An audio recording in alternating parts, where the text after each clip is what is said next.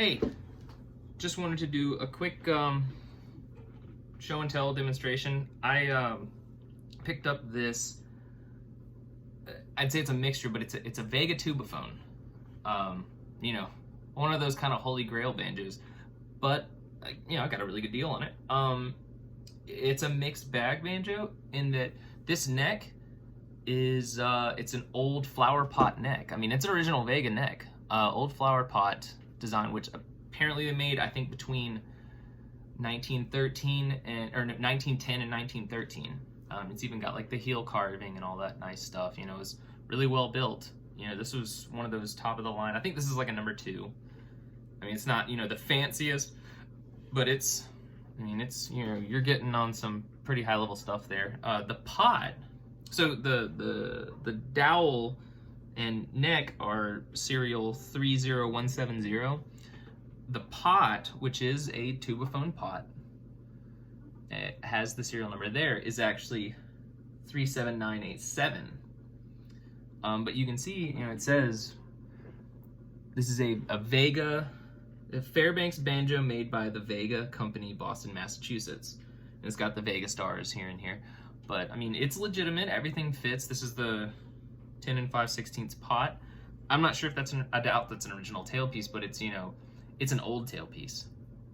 And I wanted to try it out because it's one of those, I think, window tailpiece that they call that. And, you know, trying to put some hard angle on Nylgut strings. I wanted to string this with Nylgut. I've never seen or heard one of these played with gut or nylon or whatever strings. They always have steel on them. And this one was no exception. It had steel on it as well. So I had to take the whole thing apart. You know, I had to, well, you don't know, but I'm telling you, there was a crack in the dowel down here. So I had to stick a dowel into the dowel and re-drill that hole. I had to, I'm not gonna say, no, I never had to reset anything.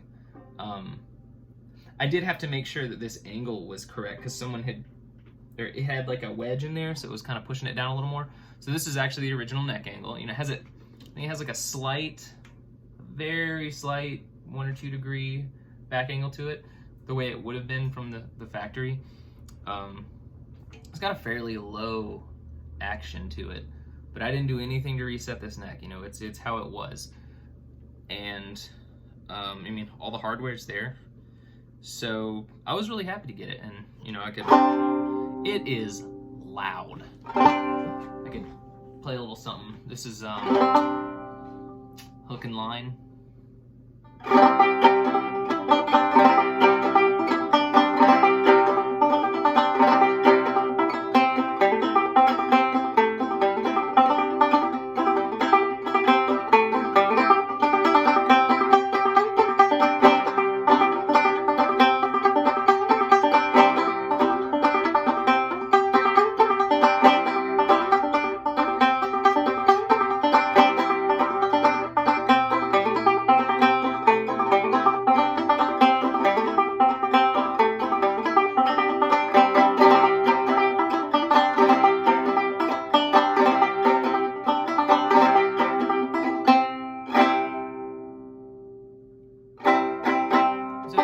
Like I said, it is loud. And actually, I'm using a solid maple Joel Hooks bridge with it as well. He makes great bridges, and you know, I think a lot of people know that. I've just not found one, a banjo that I really liked his on. There's, you know, I've tried his on several of mine. I've handmade my own for a lot of them, but this one works like perfectly on here. This is like the Joel Hooks model bridge, and it is, I mean, it works great on this Tu-ba-phone.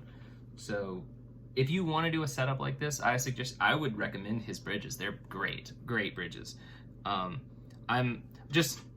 fancy myself some bit of a DIY kind of guy, so I like to make my own bridges. But if you're not into that, get you a Joel Hooks bridge. It's a good one. And I even put like an old vintage like wire armrest on here because I like the way they feel. But yeah, this thing sounds great with Nylguts. I don't know why they're all strung with steel.